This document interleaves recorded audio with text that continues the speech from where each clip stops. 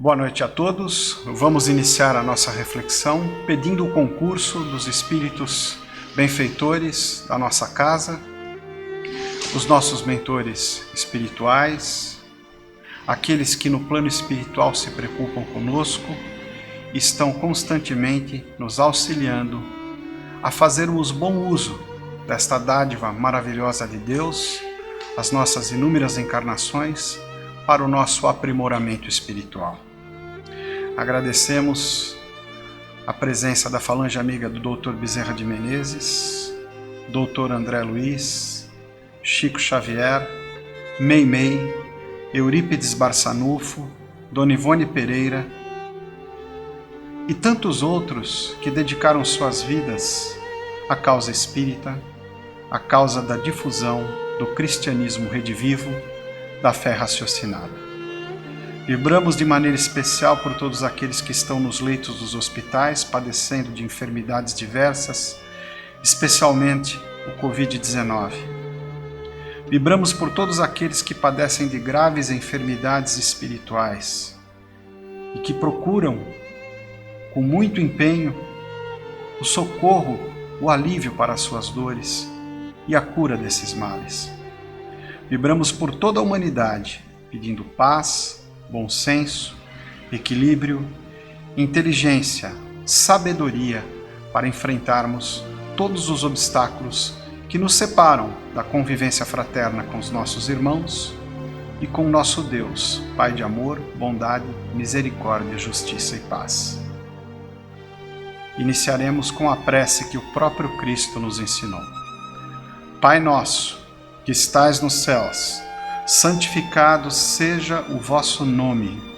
Venha a nós o vosso reino e seja feita a vossa vontade, assim na terra como no céu. O pão nosso de cada dia nos dai hoje. Perdoai-nos as nossas dívidas, assim como nós perdoamos aos nossos devedores.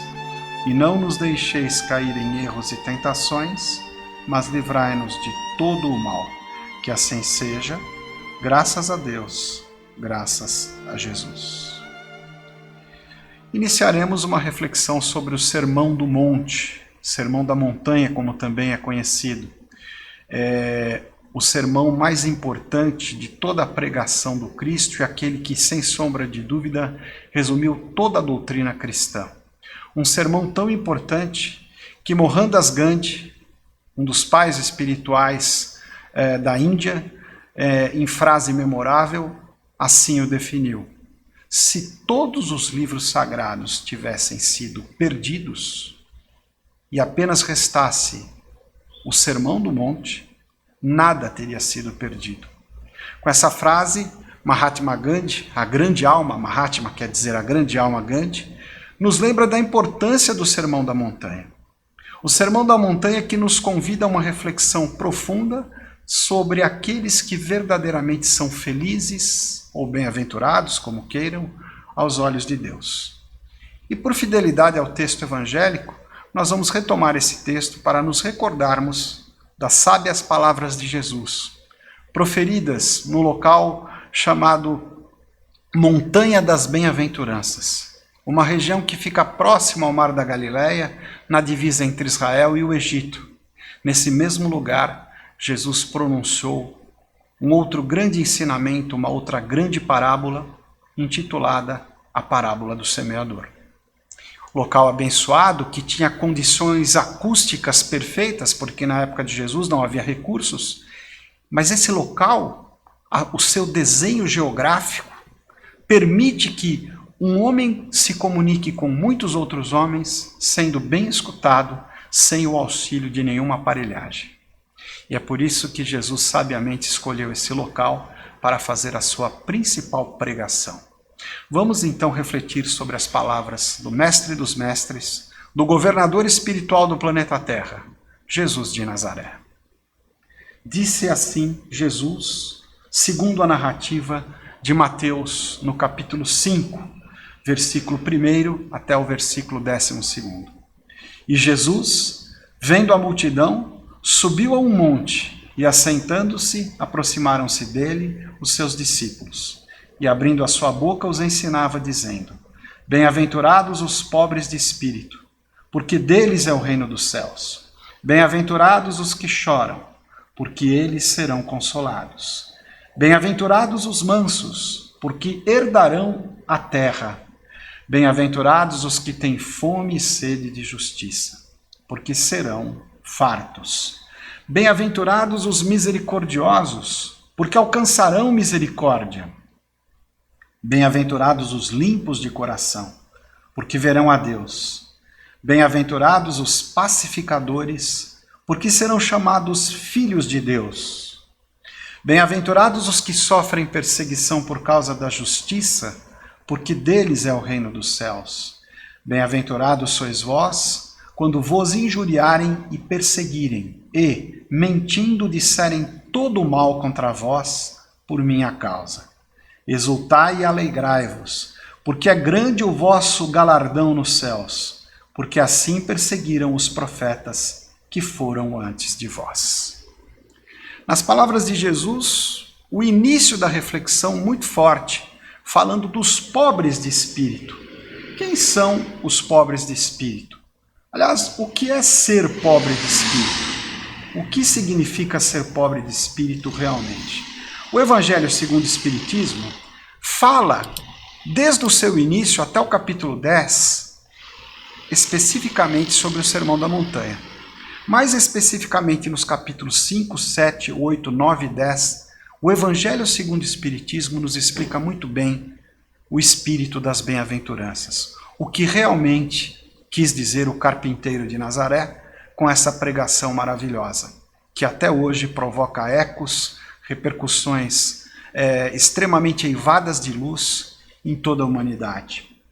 Os pobres de espírito não são necessariamente, como muita gente pensa, os simplórios, mas são os humildes, os verdadeiramente humildes. E o que é ser humilde?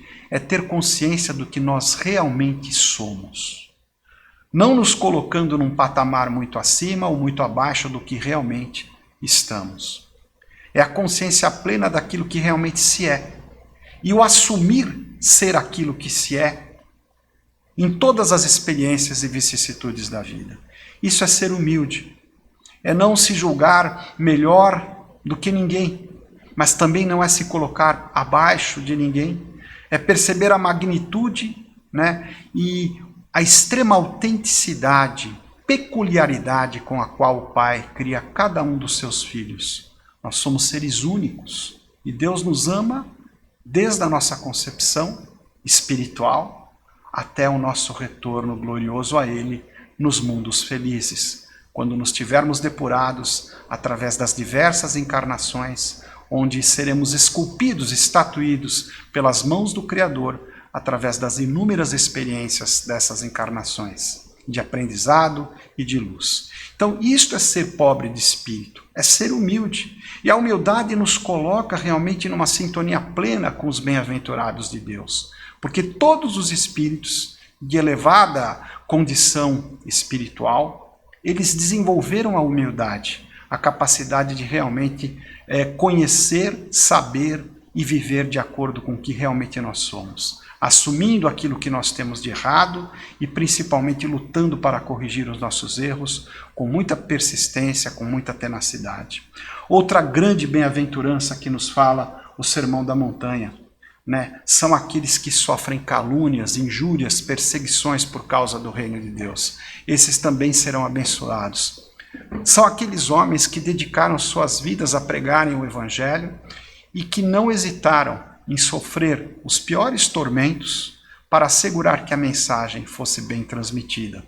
Não só através de palavras, mas principalmente através de atitudes. Essas pessoas encontram grande reconhecimento no reino dos céus. Elas encontram grande paz de espírito quando percebem que a luta não foi em vão, quando no retorno à pátria espiritual são recebidos pelos espíritos de luz, muito bem assessorados por eles, para continuarem trabalhando nas obras do Pai. E quantos não sofrem perseguição, injúrias por causa da justiça do reino de Deus. Nós temos no movimento espírita Chico Xavier, que recentemente teve seu túmulo inclusive depredado, violado, né, por agressores e que durante a sua vida muitas vezes foi tratado como um impostor, sem nunca reclamar, sem nunca revidar. Bem-aventurado o nosso querido Chico, porque sofreu pelo verdadeiro cristianismo. Outra bem-aventurança fantástica é quando Deus se refere aos pacificadores, as pessoas que resolvem os problemas humanos pela ferramenta do amor, da sabedoria e da caridade, nunca usando as ferramentas da violência, do ódio, da discriminação. Porque todo aquele que fere com a espada será ferido.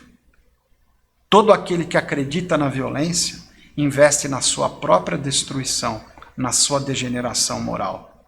Os pacificadores serão chamados de filhos de Deus, porque os caminhos de Deus são os caminhos da paz. A verdadeira justiça é aquela que se constrói através das atividades da luz, da sabedoria, da paciência, da resignação. Resignação é uma palavra que aparece muito no Livro dos Espíritos. E é preciso refletir sobre ela. O que é ser resignado? É saber que Deus jamais nos abandona e que o nosso sofrimento não é em vão. E ele vai passar, porque quando tivermos aprendido as grandes lições do plano espiritual, nosso sofrimento com certeza irá cessar. E aí saberemos o significado verdadeiro do que é ser um pacificador. É buscar os caminhos da paz e da luz. Outra grande reflexão nas bem-aventuranças é feita através daqueles que são limpos de coração. Cairbar Schüttels, um dos maiores pensadores do Espiritismo em todos os tempos, diz no seu livro Parábolas e Ensinos de Jesus, que os bem-aventurados serão aqueles que investirem, de uma forma muito especial no controle das nossas más tendências, das nossas más inclinações. Aqueles que são pacíficos, que são mansos, são bem-aventurados porque herdarão a terra. Bem-aventurados os mansos porque herdarão a terra. Mas por que não herdar o céu? Não é desse sentido, não é nesse sentido que Cairbar fala. Herdarão a terra aqueles que caminharem com mansidão e resignação, porque poderão aqui reencarnar no seu estágio evolutivo. Como sabemos, o planeta Terra passa por um momento de transição para um mundo de regeneração. E nessa transição, muitos espíritos recalcitrantes, muitos espíritos que não aceitam mudar, que não aceitam transformar os seus hábitos, os seus costumes, as suas maneiras de viver, não mais poderão aqui encarnar. Terão que encarnar em mundos mais primitivos. Aqueles que, porém, forem mansos, misericordiosos, caridosos, poderão continuar na terra regenerada, traçando a sua caminhada rumo aos mundos felizes, com paz, com resignação, com muita fé, com muita força de vontade. Por isso, bem-aventurados os mansos, felizes os mansos, porque herdarão a terra. Essa é uma grande bem-aventurança. E outra bem-aventurança fantástica são os limpos de coração, porque verão a Deus. Olha, Cairbar nos lembra que ver Deus é algo muito difícil. Somente espíritos de uma elevadíssima estatura moral conseguem ver Deus. Nem João Batista, aquele do qual Jesus falou assim, que dentre os nascidos de mulher nenhum foi maior do que João Batista, nem ele conseguiu essa proeza. Imaginem quantas encarnações precisaremos nós para alcançarmos essa bem-aventurança da limpeza de coração. Cairbar Schüttels nos diz milhares de encarnações. Ele não diz dezenas nem centenas, ele diz milhares de encarnações para que realmente alcancemos a pureza de coração, porque os limpos de coração terão como recompensa ver a Deus. Como é difícil limpar o nosso coração. Cada vez que olhamos o nosso mundo repleto de dores, de traumas, de incompreensões, mas repercute no nosso íntimo de cristãos espíritas as palavras do Mestre quando ele diz: não é o que entra pela boca do homem que o mancha, mas sim o que sai do íntimo do seu coração que o torna impuro. E o mundo nada mais é do que um grande espelho que reflete o que o homem tem no coração. O espelho do mundo é o espelho que reflete o interior do homem. Enquanto no interior do homem houver maldade, inveja, julgamento, traição, crimes, assassinatos, roubos, o mundo terá todas essas coisas ruins, porque antes de estar no mundo, essas coisas ruins estão dentro do coração do homem. Não é à toa que a reforma íntima, preconizada pelo Espiritismo, é o nosso objetivo final. Mas como fazer a reforma íntima de acordo com as bem-aventuranças que foram traçadas por Jesus? Em primeiro lugar, é preciso paciência. Não se constrói nada de bom sem paciência. Tolerância, capacidade de perdoar, porque se não fosse o perdão, o que seria do ser humano? Nós somos necessitados do perdão e a misericórdia infinita de Deus é a que nos sustenta. Por isso a outra bem-aventurança: bem-aventurados os misericordiosos, porque alcançarão misericórdia. E o que é misericórdia? A expressão misericórdia tem origem em duas palavras em latim: misere, compaixão, corde, coração. Coração compadecido é o que quer dizer misericórdia. E nós temos um coração compadecido quando julgamos os nossos irmãos? Quando o nosso irmão, especialmente aquele que trabalha conosco na casa espírita, tropeça e cai, nós somos misericordiosos com ele? Porque Jesus também falou pouco antes do lava-pés, pouco antes da última ceia que fez com os discípulos, que nós, que nos dizemos cristãos, seremos reconhecidos pelo amor que cultivarmos entre nós. Será que alguém que não nos conhece, nos vendo trabalhar na casa espírita, realmente percebe que nós nos amamos? Percebe que nós temos paciência com os irmãos que caem? Ou percebe que somos intolerantes, julgamos os nossos irmãos? Sempre condenamos os outros, mas nunca reconhecemos os nossos erros? Queremos ser juízes e juízes imperfeitos, porque proferimos sentenças que estão muito longe da sabedoria infinita com a qual Deus nos plasmou e criou todo o orbe celeste. Realmente alcançamos misericórdia? Temos misericórdia? Somos misericordiosos? Então aí vem o grande segredo do perdão, indispensável. A doutrina espírita é uma doutrina toda pautada na criação da nossa capacidade de amar, de perdoar, de compreender. E um dos textos mais lindos do livro Ceifa de Luz, de Emmanuel, na psicografia abençoada de Francisco Cândido Xavier, um texto chamado Das Nascentes do Coração. E lá Emmanuel nos lembra que todos os favores e graças que alcançamos nesta terra de provas e expiações, não alcançamos essas regalias por mérito que absolutamente ainda não temos, mas graças exclusivamente à infinita misericórdia de Deus. Como negar misericórdia se nós recebemos misericórdia constante do Pai? Como falar em espiritismo e cristianismo sem usar de misericórdia? Como corrigir nosso irmão que erra sem o bálsamo da misericórdia? Tudo isso está expresso no Sermão da Montanha. E no fechamento dessa primeira parte do sermão, eu lembro que Jesus aí também nos faz uma séria advertência, a de que nós precisamos ser sal e luz. O sal para que serve? Para conservar e dar sabor. E a luz para que serve? Exatamente para iluminar, clarear os nossos caminhos e permitir que a nossa caminhada seja mais segura.